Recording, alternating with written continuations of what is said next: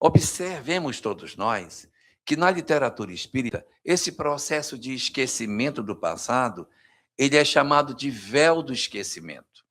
Por que é um véu? Porque é uma coisa que não oculta completamente. A gente até que ainda entrevê algumas coisas.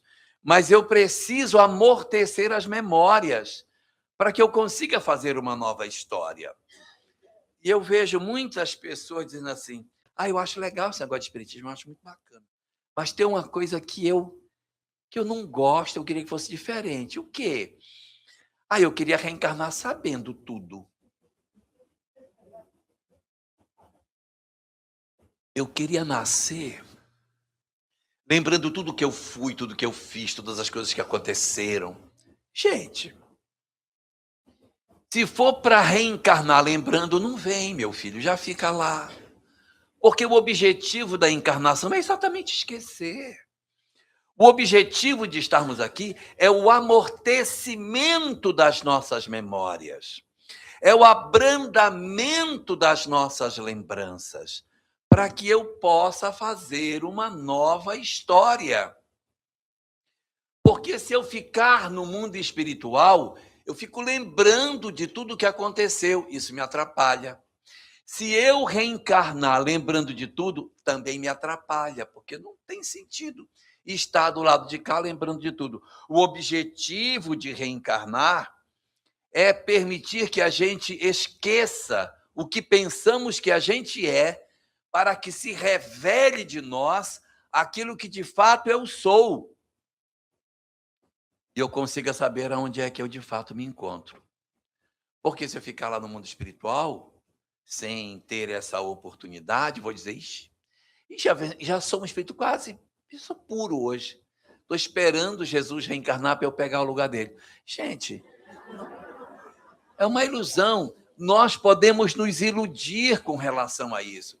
Na nossa relação com os outros, na nossa relação conosco mesmo, na nossa relação com a vida. Então, as nossas lembranças, elas são amortecidas exatamente para que eu tenha a compreensão de que verdadeiramente a vida não é aquilo que eu pensei que ela fosse, que eu sou diferente. Olha, eu tenho essa imperfeição. Então, eu ficaria no mundo espiritual ali, eu precisaria de uns 500 anos para eu descobrir que realmente eu não perdoei fulano. Uns 1000 anos para descobrir que eu ainda guardo mágoa de alguém. Então vem para cá, meu filho. Vem para cá. Vem pagar boleto. Vem ter sogra. Que aí você vai saber quem é você. Quem é você? Porque nós vamos ter um amortecimento da memória. E este amortecimento da memória vai permitir que eu descubra quem verdadeiramente eu sou. E Deus vai fazer uns arranjos de diversas coisas. O corpo que a gente vai receber não é o corpo que a gente gostaria de ter. É o corpo melhor para nós termos. E, às vezes, esse corpo não corresponde aos meus sonhos. Eu tenho alguns ideais e o nosso sonho acaba não se concretizando. Que foi o que aconteceu comigo, inclusive. Vou contar uma história que aconteceu comigo sobre a minha reencarnação. Quando eu vim a reencarnar, o mentor me levou para ver, né, os corpos que tinham expostos lá e tal. Aí eu vi um modelo. Se eu gostei desse aqui. Aí o mentor disse: gostou desse? Gostei. Aí ele pegou, anotou na ficha o modelo que eu tinha gostado. Aí disse: olha, se pudesse esse aqui, eu vou ficar bem satisfeito. Aí disse: olha, nós vamos aproveitar dele o que der. Eu não garanto tudo, mas eu vou oferecer para você esse modelo no que for possível. Eu falei: tá bom. Gente, eu reencarnei. Eu cheguei aqui, que eu procurei no modelo, não tinha nada. Gente, não foi isso que eu escolhi. E eu fiquei muito tempo indignado, até que um dia na televisão eu olhei, digo, gente, o modelo que eu tinha escolhido estava na TV. Reinaldo Gianecchini. Aí eu disse, eu preciso ter uma conversa com o meu mentor. Aí tive uma conversa com ele. Meu amigo, nós sentamos, nós conversamos, eu falei do modelo, você não me deu, você deu para ele aquele outro cara lá, você disse que ia aproveitar, eu olhei, a mão dele não é a minha, o olho dele não é o meu, o cabelo dele, não tem nada dele em mim. Não, mas eu falei para você que a gente ia aproveitar o que desse. Então, mas eu não estou vendo nada. Aí ele foi lá, olhou. Tá aqui, olha. Nós conseguimos aproveitar a data do aniversário. Foi o que deu. Foi o que deu. Mas nós temos expectativas que não se concretizam. Por quê?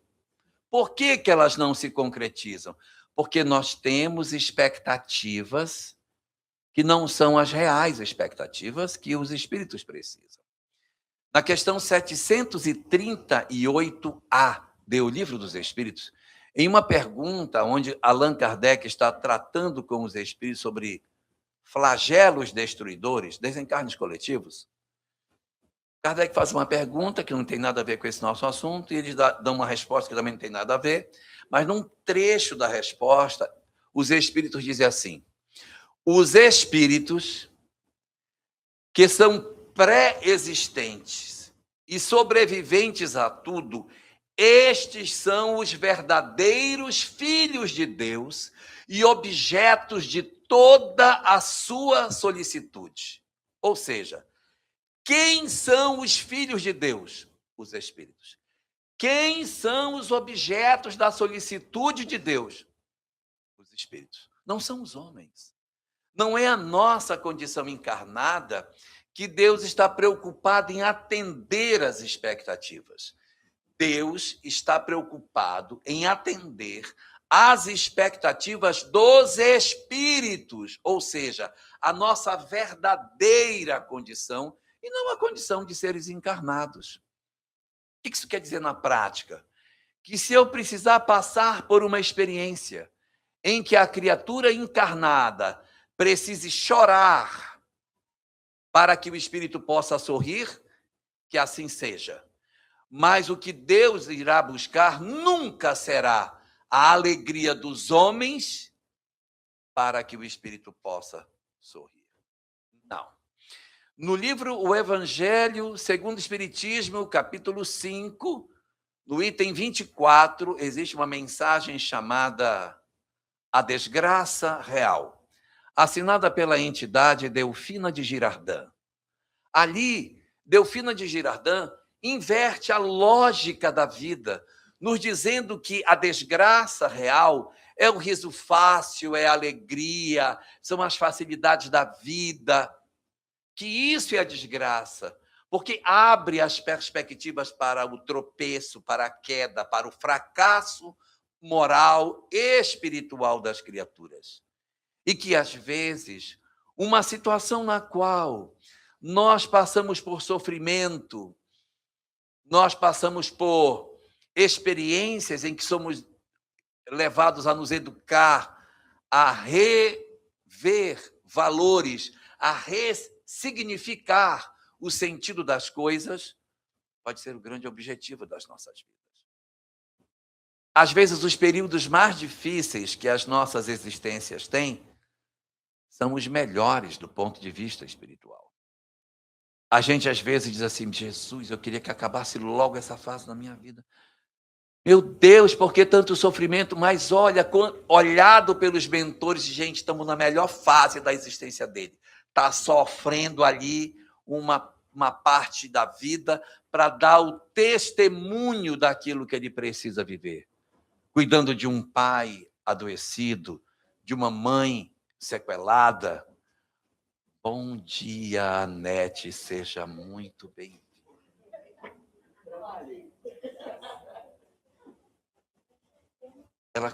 Mas ela nunca pode entrar assim, sem ser. Nem a Anete. Então, vamos lá. Então, muitas vezes, as nossas circunstâncias, que a gente considera que sejam circunstâncias de dor, de sofrimento, elas podem muitas vezes ser a grande oportunidade que a vida tem. Talvez a nossa existência tenha sido toda aparelhada para o momento difícil que podemos estar atravessando. Tivemos uma infância, uma juventude, um acesso à mensagem espírita, um conjunto de experiências para nos fortalecer espiritualmente, para que os espíritos pudessem dizer: bem, agora você está pronto para a grande tarefa que você veio fazer nessa existência. Então, a dinâmica da encarnação, ela vai nos oferecer as experiências que serão necessárias para a nossa educação. Essas experiências podem estar na infância, na construção das nossas experiências infantis. No livro de Joana de Ângeles, Amor, Imbatível Amor, Isabelle. No livro Amor, Imbatível Amor, Joana de Ângeles trabalha de uma maneira muito interessante as diversas expressões de traumas infantis, as diversas dificuldades que a criatura experimenta na infância e como que isso vai se refletir na organização da personalidade do indivíduo para o futuro, aonde determinadas lacunas afetivas, histórias de necessidade, podem ser grandes instrumentos educativos para almas em processo de reconstrução. Em O Livro dos Espíritos, na questão 922, Allan Kardec indaga aos espíritos se existe alguma forma de nós identificarmos o que seja uma possível expressão da felicidade da criatura humana na vida terrena. O que a gente poderia ter como leitura disso? E os espíritos apresentam 3 coisas. A primeira delas, a posse do necessário. Porque se você não tiver nem o necessário, não dá, né? Tem que ter pelo menos o necessário para você viver. Mas eu não preciso ter todas as coisas. Eu preciso ter o que eu preciso. O que é que você precisa para viver? Então, a posse do necessário é uma condição para que você consiga experimentar a felicidade dentro do campo terreno. Então, essa é uma das condições. A segunda condição que a gente tem para que nós experimentemos a felicidade na vida terrena é a chamada consciência tranquila, que é o fato de eu deitar à noite a minha cabeça no travesseiro e poder dizer: fiz tudo o que deveria fazer, ninguém tem nada contra mim. Ou seja, a minha relação com o outro, ela está muito bem resolvida. E a terceira das condições para a felicidade é a fé no futuro. Então, quando nós temos a educação do espírito para ter apenas o que ele precisa, sem a ganância de ter tudo que a vida possa oferecer. Quando eu sou, na verdade, alguém que entende o que é necessário para mim e não estou desesperado para possuir todas as coisas, eu estou passando por um processo de educação de mim mesmo, numa relação minha com eu próprio. Quando eu estou na condição de perceber que a minha consciência está tranquila, é porque a minha relação com o outro está bem. E quando eu tenho fé no futuro, a minha relação com Deus está boa. Então, eu poderia dizer que eu estaria ali, numa boa relação com Deus, com o próximo e comigo mesmo.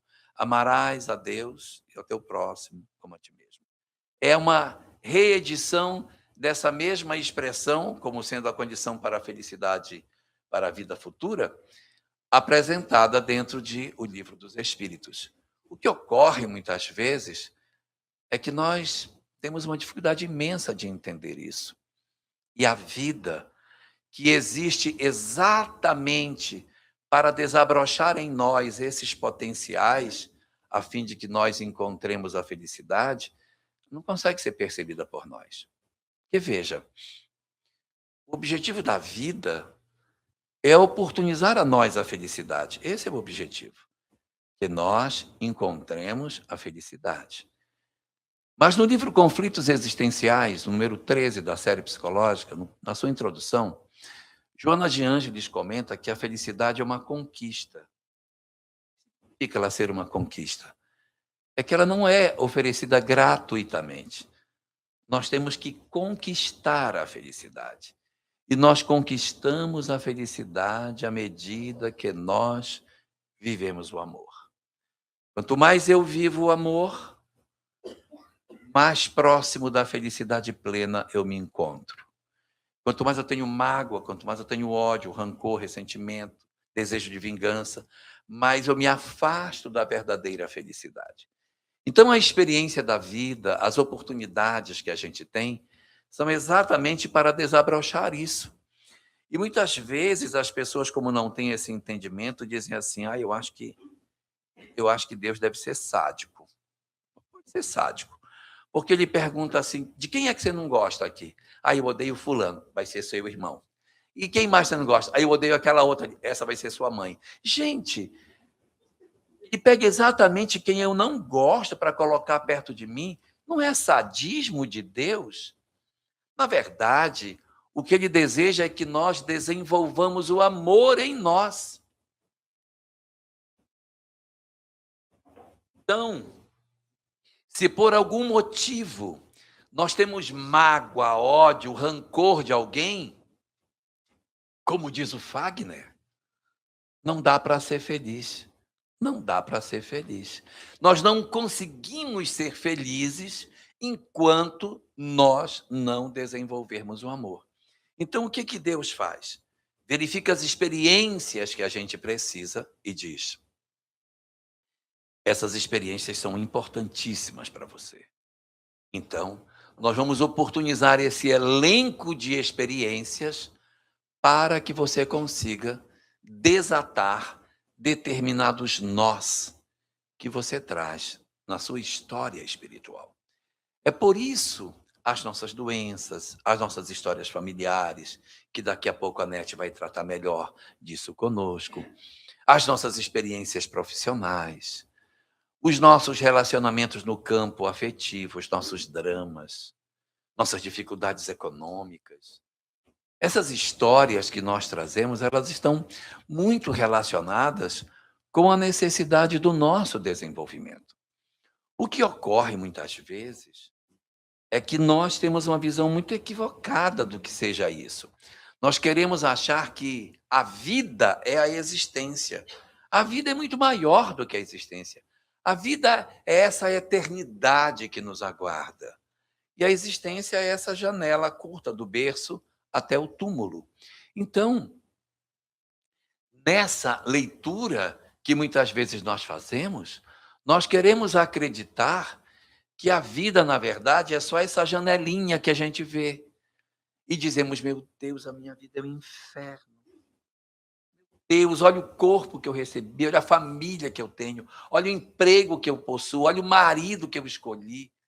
Então a gente vai se desesperando diante das circunstâncias, como se a vida fosse só isso. A vida não é isso.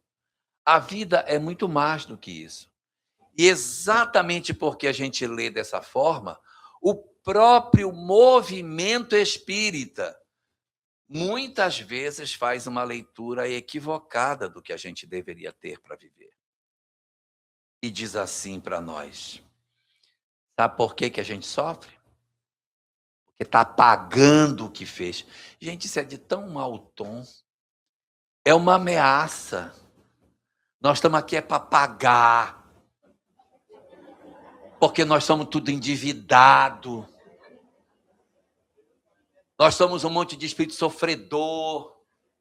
E ainda tem os que dizem assim: e agora que se tornou espírita vai sofrer mais ainda.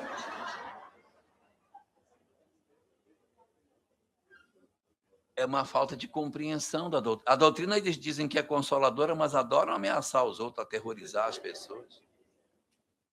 Tem uns até que dizem assim: olha, meu filho, antes de você ser espírita, podia até ser que você fosse para um lugar bom, mas agora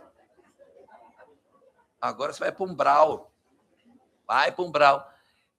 Isso é tão equivocado, porque, olha, analisem nas casas espíritas de vocês qual foi o trabalhador espírita que deu mensagem de dentro do umbral. dizendo, ai, estou num sofrimento. Ai, não tem nenhum. Não tem nenhum. E eu não sei porque o movimento espírita tem essa gemessão miserável. Ai, todo mundo vai para um umbral. Eu já vi até gente dizer assim, olha, quando desencarnar, vai para um umbral, nem que seja para passar 2 horinhas e sair. Gente, parece assim um ritual de passagem. Umbral não é ritual de passagem, não é assim. Não, as coisas não são assim. O objetivo da vida não é nos punir, não é nos castigar. A nossa existência não existe para sofrimento, para castigo, para dor, para gemessão. É para aprender. É para se educar. É para refletir sobre as coisas, para que a gente se desenvolva.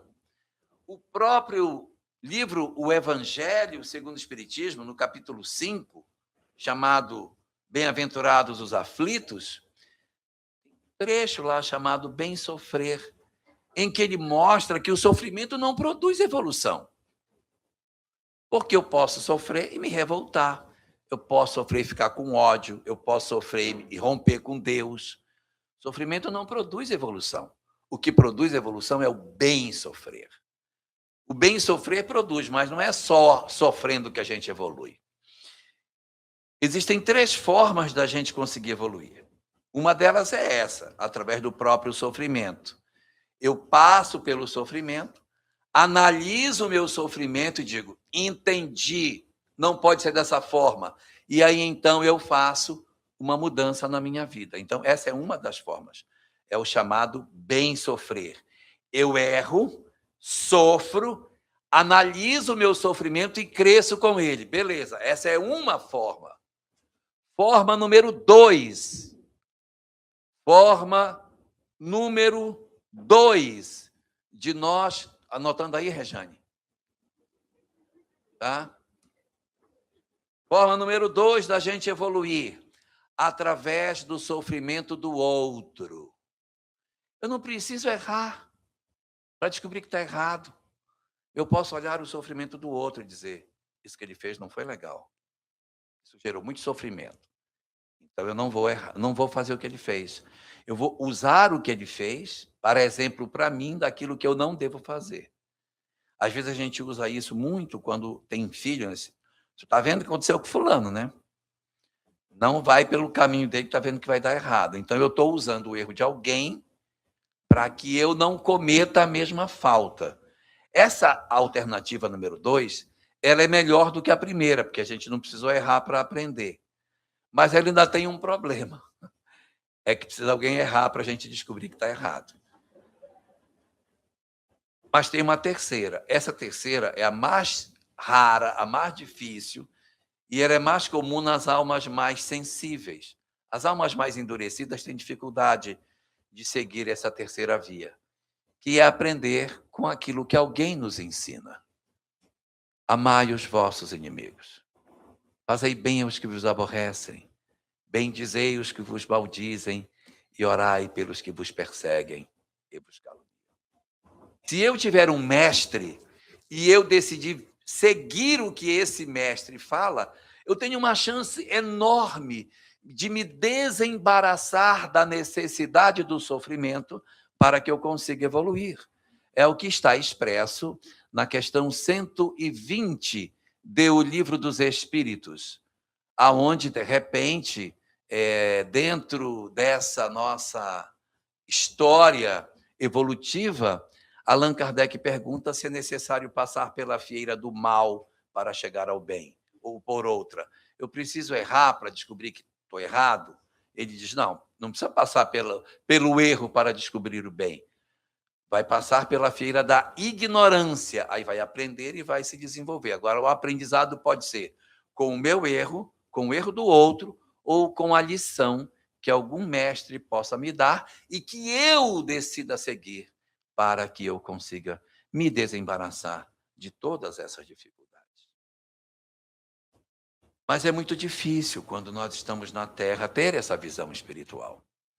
A grande maioria das criaturas tem uma leitura de que a vida é somente isso que os 5 sentidos enxergam. E isso dificulta demais para nós, porque você descobrir que você é uma alma imortal é muito difícil. Não é fácil que um espírito consiga compreender sozinho que ele é uma alma imortal. Não é, é difícil, é muito complicado. Exatamente por isso é que, ao longo de toda a história da humanidade, para que o homem não enlouquecesse de dor, nós tivemos as diversas religiões que a humanidade já teve. O objetivo das religiões é despertar o homem para as questões espirituais. Esse é o objetivo. E uma das principais lições que as religiões nos trazem é a compreensão de que a vida continua. Essa lição ela é tão interessante que todas as religiões falam que existe uma vida futura. Umas com mais nitidez, outras com menos. Mas a compreensão de que o homem não tem somente o corpo, mas que tem uma parte espiritual nele que vai sobreviver à matéria, nossa, isso é um conhecimento incrível que a humanidade nos ofereceu. Ao longo de toda a história, aonde quer que nós tenhamos nascido, no Oriente, no Ocidente, no Norte, no Sul, no povo que nós tivermos nascido, eu posso asseverar que onde quer que nós nascemos, ali naquele lugar, Cida, alguém nos ofereceu a informação de que a vida continua. Essa informação ela é tão preciosa que até a ideia de que existe um Deus único é menos importante do que ela. Porque até hoje existem doutrinas politeístas e doutrinas monoteístas na Terra. Até hoje tem. E tem várias. Mas que a vida continua a estar em todas elas. Por quê? Porque é fundamental entender isso para que a gente consiga resolver o aproveitamento melhor das nossas existências.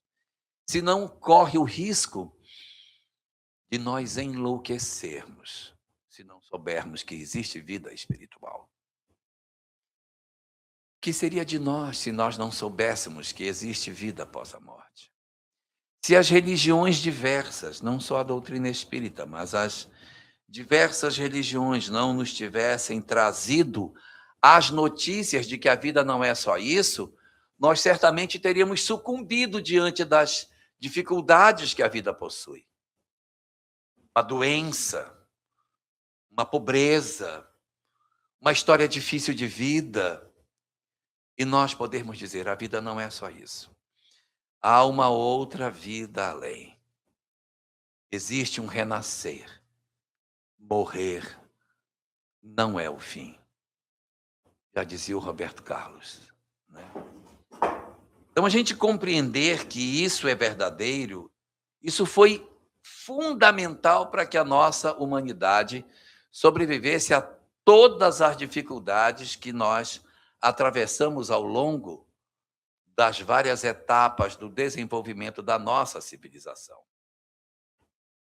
Só que agora, neste período que a gente está vivendo, estamos vivendo um período muito difícil, de muita depressão, muita ansiedade, muito vazio existencial, muita síndrome do pânico. Estamos vivendo muito burnout, o processo de automutilação, muita ideação suicida, muito afrouxamento de laços materiais. Essas experiências que são bastante expressivas nessa janela agora desses últimos séculos, elas têm se tornado cada vez mais evidentes por conta de um afastamento que o homem fez em relação à fé. Nós fizemos um afastamento.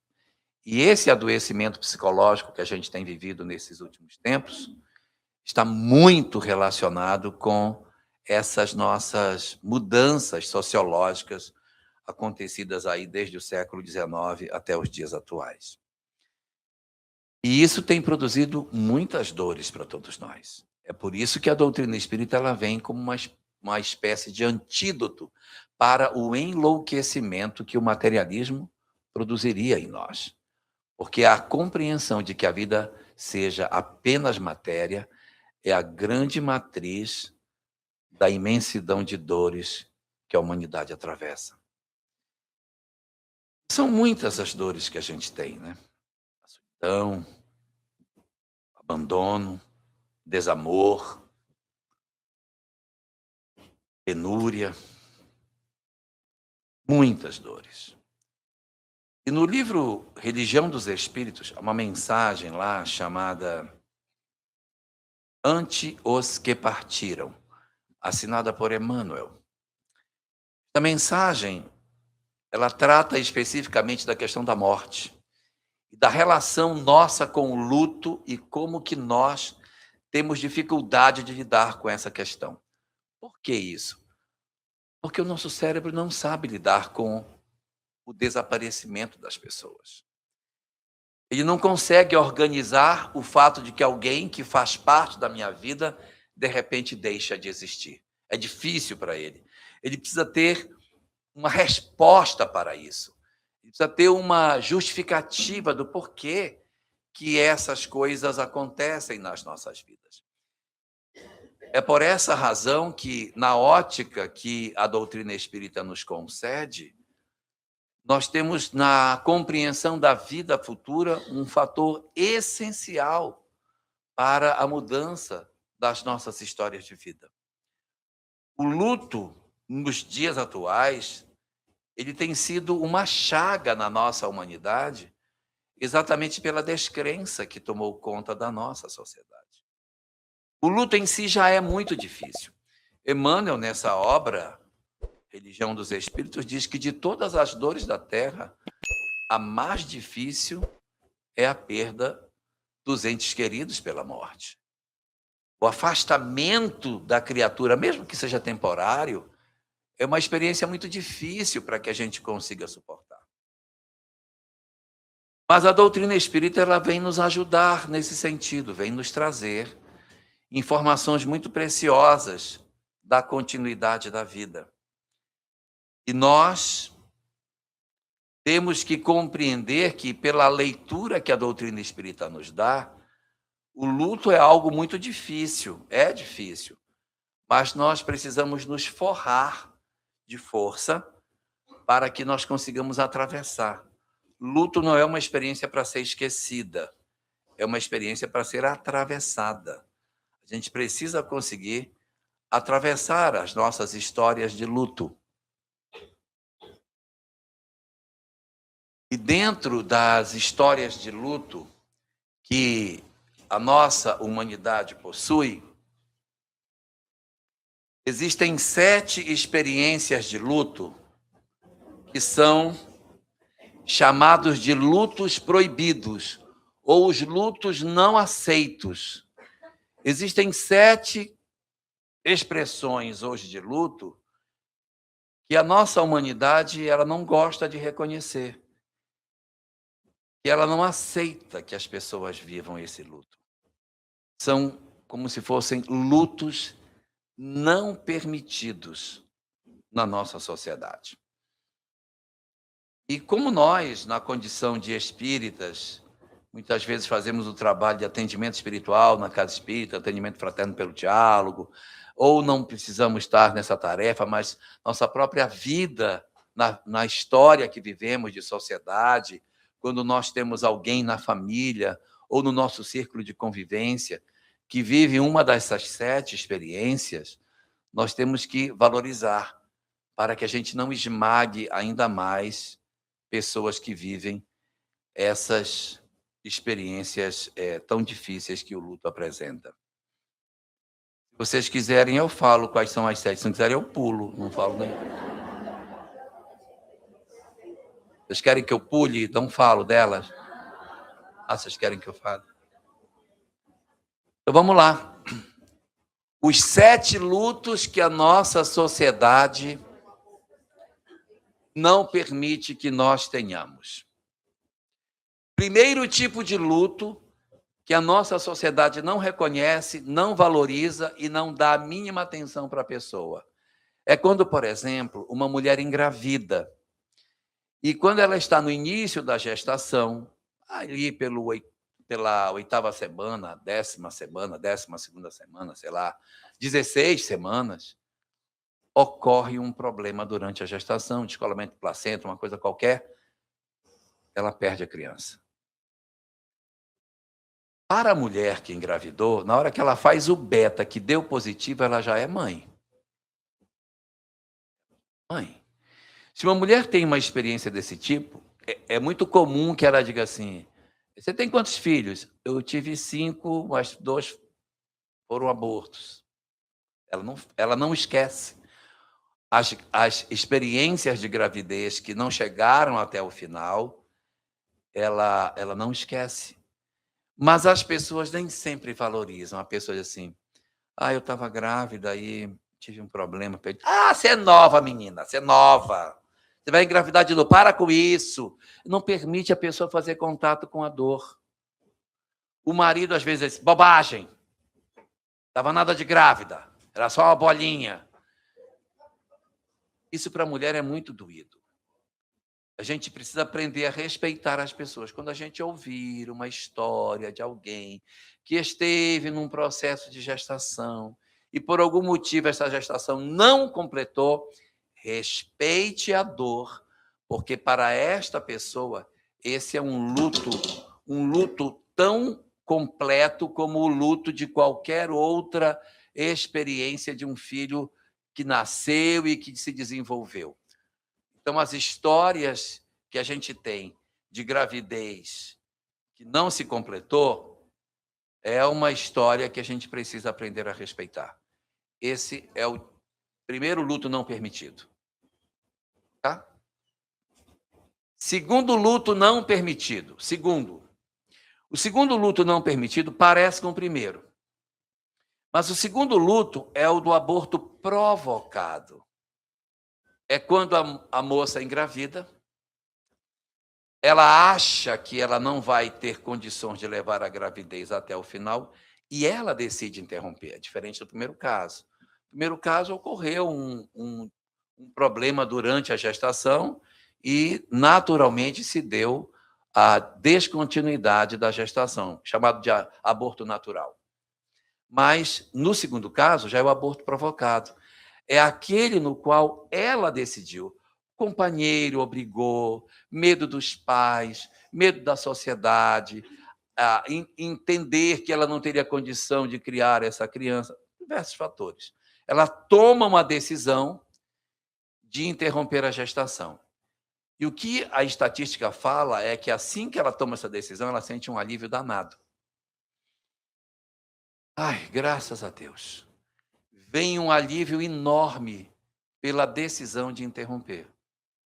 Só que após esse alívio, vem um sentimento de culpa por aquilo que aconteceu.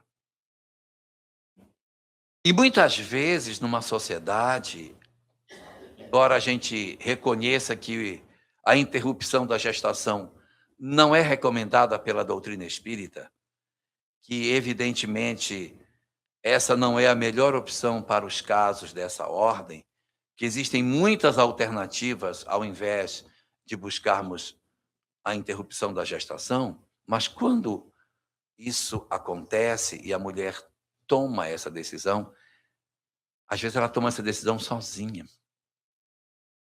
Ela não pode nem chorar, gente. Ela não pode contar para ninguém. É uma dor que ela tem que sufocar dentro dela. Porque ela não tem nenhuma amiga que ela possa confidenciar. Então imagina a quantidade de dor que você atravessa, guardando dentro de si algo que às vezes mais tarde você diz, não teria sido tão difícil, eu teria condição. E a gente carrega um peso muito grande em função de histórias dessa natureza. Nós precisamos, nessas circunstâncias, passar por um processo de auto-perdão. E muitas companheiras, quando se defrontam com a mensagem espírita, têm uma leitura muito equivocada da lei de causa e efeito, dizendo assim, eu vou ser punida. Deus vai me castigar pelo que eu fiz, eu vou ser punida, eu vou ser punida.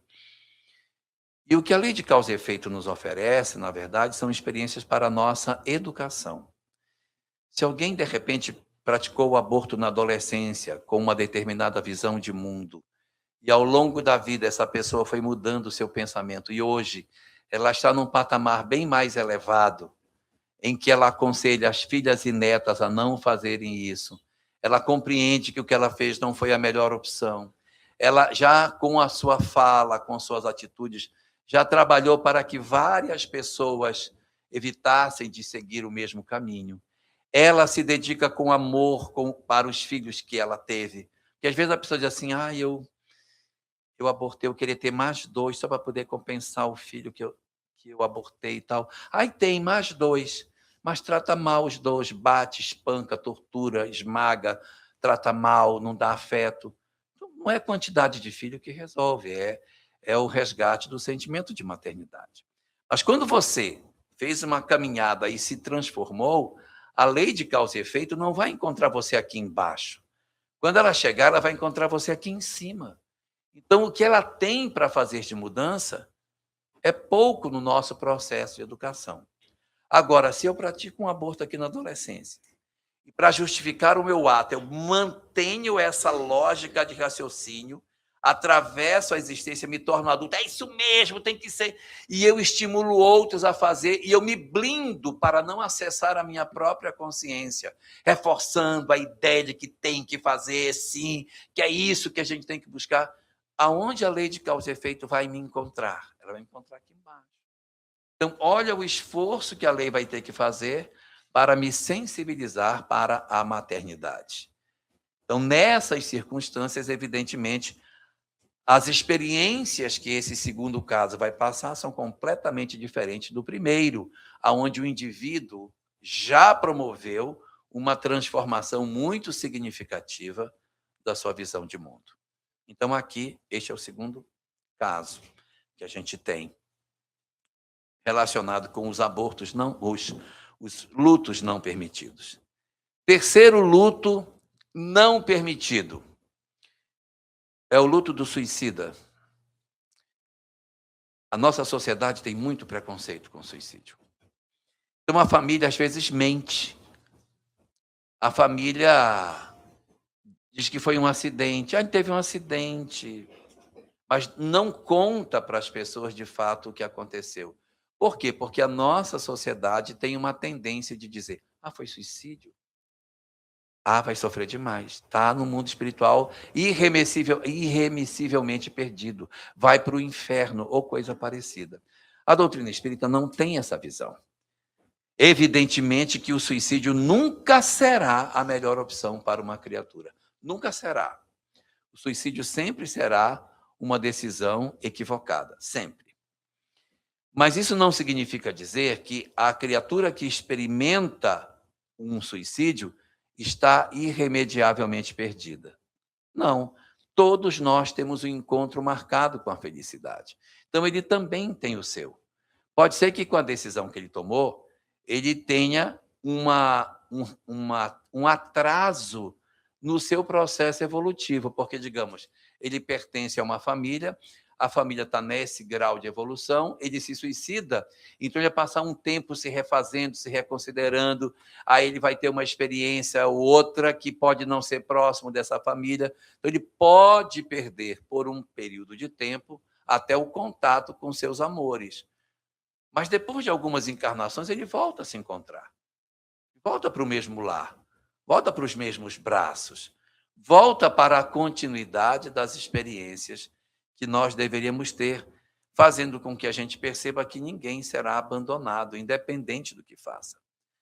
Mas a coisa mais interessante que nós temos sobre o suicídio para comentar é que a literatura espírita conta uma coisa muito curiosa. Ela diz o seguinte, que quando uma pessoa se suicida por uma determinada causa, significa que ela não conseguiu atravessar essa ponte, ela não conseguiu executar essa experiência de maneira positiva. Então, essa prova vai voltar. Digamos, fulano se suicidou porque teve uma doença muito grave, não quis suportar o período de adoecimento, aí se matou. Foi essa a causa? Vai para o mundo espiritual, passa por um período longo de refazimento, sofrimentos, dores, se reconsidera lá na frente e vai reencarnar, e a doença que ele desistiu vem de novo. Mas não tem jeito. Se o que eu decidi me matar foi exatamente um determinado fenômeno, eu preciso provar para mim mesmo que eu já consegui ultrapassar, que eu já venci essas experiências da minha vida, que eu já estou num outro patamar. Então a experiência tem que voltar, para que eu diga, atravessei. Não, o meu problema foi a falência, não suportei a falência. Vai aparecer novamente. Ou seja, não vale a pena se matar, porque você se mata por conta de uma causa, vai para o mundo espiritual, sofre, se atrasa e ainda vai encontrar a mesma experiência de novo, segunda vez. Não vale a pena. Vale mais a pena nós passarmos por essa experiência uma vez só e que seguirmos avante ao lado dos nossos amores, sem perder o contato com eles. Quarto tipo de luto não permitido. Está anotando, Rojane? Número 4. Quarto. O quarto é o luto do amor proibido. A pessoa ama alguém, mas esse alguém é de outro alguém. Aí a pessoa vai para o velório e chora. E a pessoa diz, incrível, né? A secretária está mais sensível do que a própria viúva. O que aconteceu, meu Deus? O que foi que houve que essa pessoa está tão sensível? Está tão sensível diante da morte do chefe? É que, às vezes, o chefe tinha uma história com uma pessoa. E existia... Eu não estou fazendo juízo de valor se é certo ou se é errado, mas a pessoa sente a ausência do outro, mas não pode chorar. É um luto não permitido. Você não pode dizer para ninguém, você tem que se trancar no banheiro, chorar e sair como se não tivesse perdido ninguém, quando de repente o grande amor da sua vida é que partiu. Então esse é o quarto tipo de luto não permitido. Quinto tipo de luto não permitido. Quinto tipo, o luto do idoso. A pessoa chega no trabalho e diz assim, ai, final de semana foi tão triste. O que foi que houve? Minha avó desencarnou. Foi mesmo. Aí vem a pergunta inevitável. Quantos anos ela tinha? Estava com 95 anos. Descansou, né? Foi bom para ela, né? Quer dizer, ninguém considera se a pessoa gostava da avó, se não gostava da avó, se havia harmonia na convivência. A pessoa já quer se descartar do idoso. Não permite que a pessoa sinta saudade do seu idoso. E muitos de nós sentimos demais a partida dos nossos idosos quando existe uma relação de muito afeto. Joana de Ângeles comenta uma coisa muito interessante sobre a questão do luto com idosos. Não só com idosos, mas com idosos principalmente. Em que ela diz o seguinte, que muitas vezes, eu disse muitas vezes, eu não disse sempre, que muitas vezes, eu disse muitas vezes, essa dor de saudade que a gente sente de um ente querido que partiu, de um idoso, decorre do fato de nós não termos feito por ele tudo o que poderíamos quando ele estava encarnado. Então, você ia dar banho, dava banho de qualquer jeito, empurrava no banheiro, puxava ele pelo cabelo, bora, come, miserável, come. Não tinha paciência. Não tinha paciência. Gritava, empurrava. Aí desencarna. Aí, quando desencarna, movimenta dentro de nós um sentimento de culpa. Então, eu disse muitas vezes,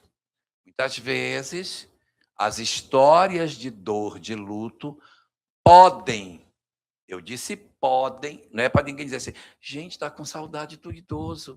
Maltratava, isso não é verdade. Mas essas histórias, elas podem acontecer. E o que acontece, na verdade, é que nós, em função das nossas relações com os nossos idosos, a gente sente muita saudade e a nossa sociedade não tem muita atenção com esse tipo de situação e não valoriza a dor quando nós perdemos algum ente querido nessa condição. Posso continuar? Sexto luto não permitido. Verdade esse aqui, tá? Vocês vão achar que é brincadeira, mas é verdade. É o luto do pet. A pessoa mais sensível para luto de pet é marido. E a mulher chora e diz assim, você é só um gato. Amanhã eu compro outro, igualzinho. Como se um gato fosse igual ao outro gato.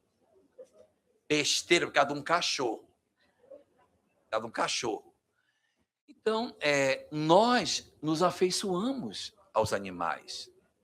E, às vezes, nós desenvolvemos uma relação de muita proximidade.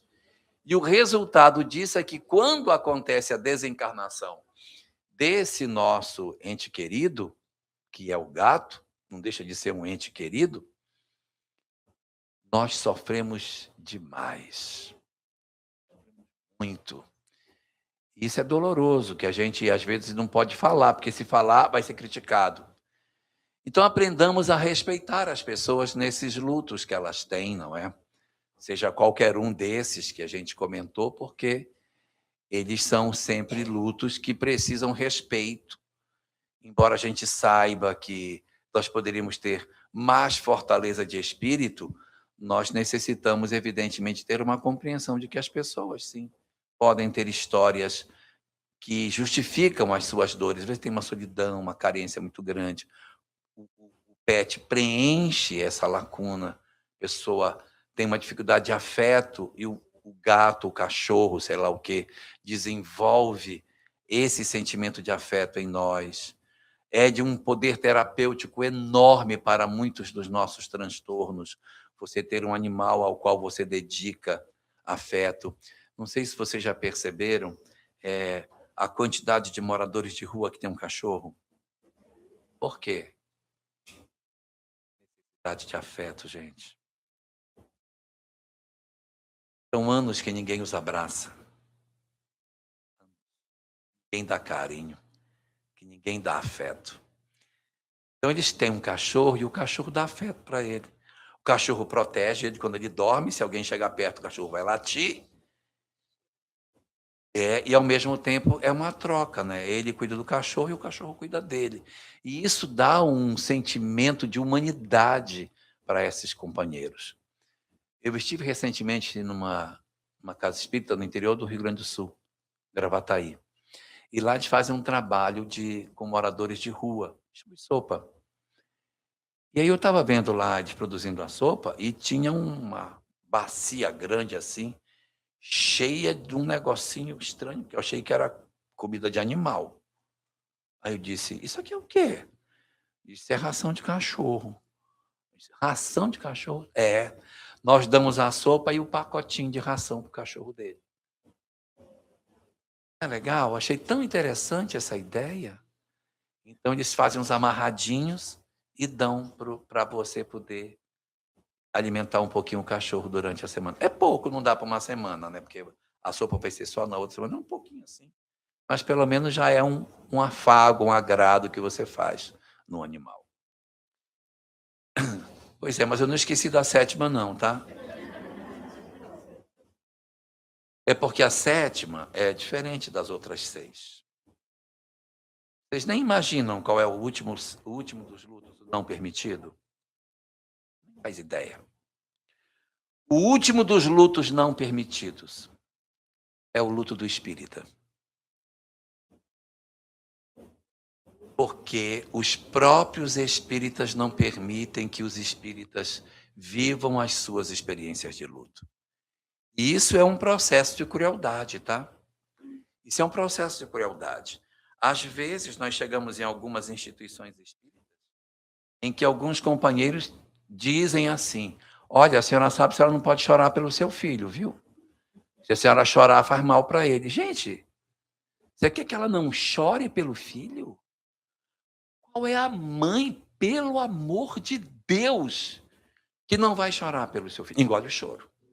Engole o choro. Isso é uma crueldade, você fazer isso. Porque existe fundamentalmente dois tipos de choro. Tem o choro de saudade e tem o choro de desespero. Evidentemente, o choro de desespero não é agradável. É o que está na questão 936 de O Livro dos Espíritos. O choro desespero, ai, ai, ai, ai, ai. O choro desespero, ele é um choro muito complicado, porque a questão 936 diz o seguinte: os espíritos, eles sabem da nossa saudade, eles sabem da nossa lembrança, e eles percebem quando nós lembramos deles. Eles são sensíveis às lembranças que temos deles. Mas, aí tem um mais. Uma ação de desespero, de revolta, de inconformação, de inaceitação, os atrapalha. Você sabe por que atrapalha o espírito? As pessoas nem sempre explicam por que atrapalha. Só diz assim: olha, atrapalha, mas atrapalha por quê? Atrapalha não é que atrapalhe, é porque ele quer ajudar. Imagina que você é uma mãe que tem um filho, os dois se amam, e por algum motivo esse filho parte para o mundo espiritual. A mãe, inconformada com a partida do filho, muito compreensivelmente, ela entra num quadro de muita dor. E a gente tem que entender que as pessoas têm o direito até de deprimir quando experimentam um luto em família. Por quê? Porque nós somos humanos e o conhecimento espírita vai nos ajudar, mas a gente não pode dizer: não, você conhece, não pode chorar. Isso não se faz. A pessoa tem o direito de deprimir, mas tem o dever de tentar depois sair do processo depressivo. Então, quando ocorre uma ruptura desse vínculo material e a morte leva um ente querido para o mundo espiritual, o que está do lado de lá, ele tem ainda as suas vinculações de afeto com os seus entes queridos. Então, quando a mãe se desespera, quer morrer para ir ao encontro do filho, que muitas vezes acontece, desiste da vida, não quer mais viver, não quer mais ter nenhuma preocupação com nada, o filho que está lá, ele quer ajudar. É por isso que sofre. Então, ele quer fazer alguma coisa, porque ele sente que a mãe não está bem, mas ele ainda não está em condições de ajudar. Então, o sofrimento dele é como, por exemplo, você leva um filho para o médico e o médico diz assim: olha, eu vou ter que fazer um procedimento no seu filho, mas o procedimento é um procedimento doloroso. Eu vou levar ele lá para a sala para fazer o procedimento. E aí você fica ouvindo o menino: não, não.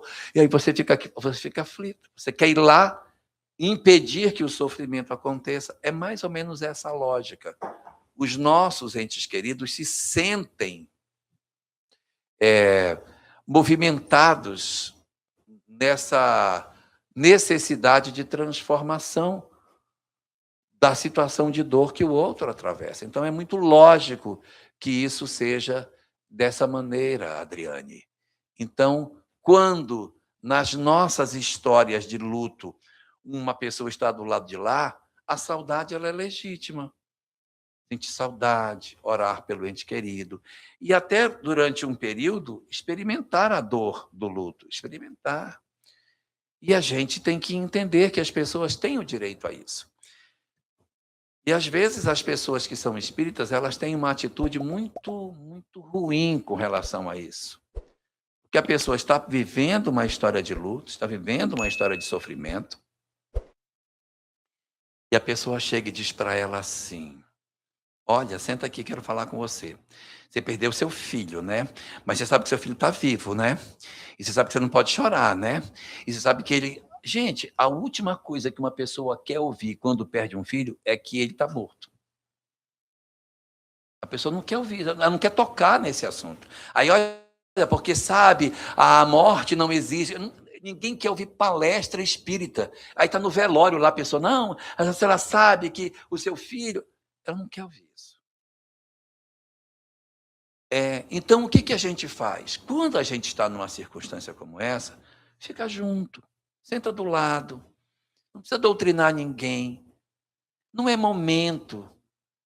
Fica perto, pega na mão e fica ali, fica calado, do lado, orando, envolvendo a pessoa com uma prece, do lado dela. Se ela fizer alguma pergunta, a sua resposta tem que ser do tamanho do tempo da pergunta. Se ela perguntar, onde será que está meu filho? Você vai responder para ela do tempo que ela fez a pergunta. Quanto tempo ela demorou para fazer a pergunta? Uns 5 segundos. Responda também com 5 segundos. Não diga, olha, o seu filho é um espírito imortal. E, portanto, segundo as leis que apresenta-se na doutrina espírita, o decesso carnal fará com que o espírito... Ah, vá. Não é isso que se faz. Seja curto nas respostas. Não exija da pessoa isso. Ah, mas eu quero ajudar, eu quero ajudar. Se você não é da família e se você não é amigo íntimo, não visite nos primeiros dias. Deixe que a família visite. Se você for amigo íntimo, vá. Se você for amigo íntimo, amigo irmão, vá. Se você for familiar, vá. Se você não tiver intimidade, não vá. Deixe a família em paz. Não visite. E o que é que a gente faz quando visita famílias que tiveram uma história de luto recente? A gente faz assim, ó. A gente, antes de fazer a visita, passa no mercado. Aí compra arroz, feijão, macarrão, carne, cebola, batata. E vai para a casa da pessoa. Chega lá, oi, fulana, tudo bem? Eu vou fazer o almoço hoje, tá? Vai descansar. Deixa que eu vou ajeitar as crianças, levo as crianças para a escola. Eu limpo a casa, eu vou fazer o almoço. Aí você faz. Você pega os meninos, arruma os meninos, leva para a escola. Você é da família e você é amigo íntimo, você pode. Agora, não pode uma pessoa que não é amigo íntimo fazer um negócio desse tipo. Aí você não vai falar de espiritismo. Você leva as crianças para a escola, você limpa a casa, você prepara o almoço. Quando está na hora do almoço, você vai lá, levanta, bora, vamos almoçar. Aí você bota a pessoa, deixa ela almoçar, ela almoça. Quando terminar o almoço, você lava a louça, ajeita tudo. Ah, não esquece de pegar as crianças na escola. E aí, depois que tudo acabar, aí você senta com a pessoa para conversar. Fica com ela. Ouve. Ouve mais do que fala. Respostas sempre curtas.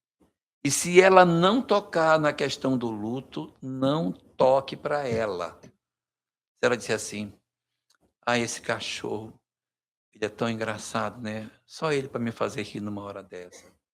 Aí você diz, porque o luto é uma experiência muito ruim, né? Ela não está querendo tocar no assunto. Se ela não quiser tocar, não toca. Só toca se ela tocar. É assim que a gente cuida das pessoas. Esse é o sentido verdadeiro. Dando às pessoas o direito de se entristecer e dando o direito de deprimir. Mas dando a ela o apoio para que ela consiga se desembaraçar desse processo de sofrimento. As dores na Terra, elas são verdadeiramente muito difíceis. Muito difíceis. E nós, quando atravessamos uma experiência na Terra, nós passamos por um quadro muito doloroso. E Emmanuel deixa para nós 4 lições do que fazer diante das experiências do luto. Então, nós temos 4 recomendações que Emmanuel nos faz nesse sentido. A primeira eu já até falei bastante, que é não nos desesperarmos. Sentir saudade, sim. Quer chorar de saudade? Chora. Quer sentir falta? Sinta. Quer fazer contato com essa dor? Faça, mas não se desespere. Não enlouqueça de dor. O fato de que também não quer dizer que se a pessoa teve um momento em que ela se desesperou, meu Deus, é uma alma perturbada. A gente tem o direito de viver uma história dessa e os amigos têm que estar perto. Mas o ideal é que a gente, se tiver que ter um choro, que seja o choro da saudade, e que não seja o choro da revolta, da blasfêmia, da negação de Deus, da vontade de se matar, da desistência de tudo. Essa é a primeira das recomendações que Emmanuel nos traz. Segunda recomendação, que nós fujamos das emoções da culpa, que são muito comuns, principalmente nos pais. Os pais têm muito a tendência de achar que eles são os culpados pela desencarnação dos filhos. Aí eles ficam, se eu não tivesse dado a chave do carro, se eu tivesse dito para não ir para a festa, se eu não deixasse ela namorar com esse rapaz, se eu... Gente, a desencarnação é um fenômeno muito, muito relevante para passar por conta da nossa vontade. Não é a nossa vontade que determina essas coisas. Nós temos que pensar assim: eu agi deliberadamente produzindo a morte do meu filho? Não foi. Eu fiz tudo o que eu podia. Mas nós temos uma tendência de trazer para nós, para isentar os nossos filhos, ou os nossos entes queridos, das suas histórias infelizes, transferindo para nós as dores que são do outro. Então é importante que a gente reconheça que existe uma programação espiritual e que as dores que a vida nos traz, elas têm um propósito educacional para todos nós. Uma terceira recomendação que Emmanuel nos oferece é para que nós não criemos em casa um museu. Que a gente não crie um museu dentro de casa. Lugar onde ninguém toca, ninguém mexe, ninguém tira nenhuma peça de roupa. A lição que ele deixou aberta no livro que ele estava fazendo, a raspa de lápis que ele colou, que ele estava tirando, a camisa suada que estava em cima da cama. Essas coisas são perigosas, porque elas podem criar uma espécie de um mausoléu dentro de casa. Isso não é bom. Mas também não obrigue a pessoa, não, abre esse guarda-roupa, doar tudo que tem dentro. Não faz. Deixe com que a pessoa descubra por si mesma o seu ritmo de doação. A melhor estratégia é levá-la para um trabalho assistencial, em que ela vai ver crianças com a idade do filho e dizer assim: tem uma camisa que serve nesse garoto, semana que vem eu vou trazer uma camisa. Aí ela traz uma, tá ótimo, na outra semana tá mais duas, mais uma. No ritmo dela, ela vai se desprendendo daquilo que ela achar que ela tem que se desprender. Porque existirá situações em que ela não precisará se desprender de coisas que ela considera que sejam muito importantes, que tem uma relação afetiva mais significativa. A gente não vai doar tudo. A gente vai doar o que a gente acha que deve e o que a gente achar que não, a gente vai guardar. Nós temos o direito de viver de maneira serena essas histórias. E a última das recomendações que Emmanuel faz com relação a isso é que a gente não coagule as nossas histórias de vida, que a gente continue, que a gente viva agora em homenagem a eles. Que a nossa história de vida agora seja uma continuidade da história que a gente teve com ele. Ao invés de lamentar a partida dele, agradecer a Deus pelo tempo que tivemos na companhia deles. Ao invés de olhar o tempo que eu não tenho, lembrar do tempo que eu tive. O quanto foi prazeroso viver ao lado de quem nós tanto amamos. Ressignificar a vida pela ótica do espírito é a melhor de todas as instrumentações que nós poderíamos ter para a produção de uma nova história nas nossas existências. Nós não podemos ter uma leitura, como nós muitas vezes temos, de achar que a vida é só isso que a gente enxerga. A vida é muito mais. Nós estamos aqui exatamente para desabrochar o amor dentro de cada um de nós. As experiências, as lágrimas, as aparentes perdas, todas elas são experiências que serão muito importantes para que nós desabrochemos a alma encantadora que reside dentro de cada um de nós. Portanto, desejo a todos nós sucesso nessa empreitada de interpretarmos a vida pelo lado do Espírito e descobrirmos a grandiosidade do amor de Deus em nos oportunizar as experiências que nós estamos tendo, banhadas pela luz da mensagem espírita, que vai nos ajudar a dar um novo sentido a todas as coisas e a bendizer a oportunidade sagrada de viver entre os homens com o conhecimento que o Espiritismo nos oferece. Muito obrigado.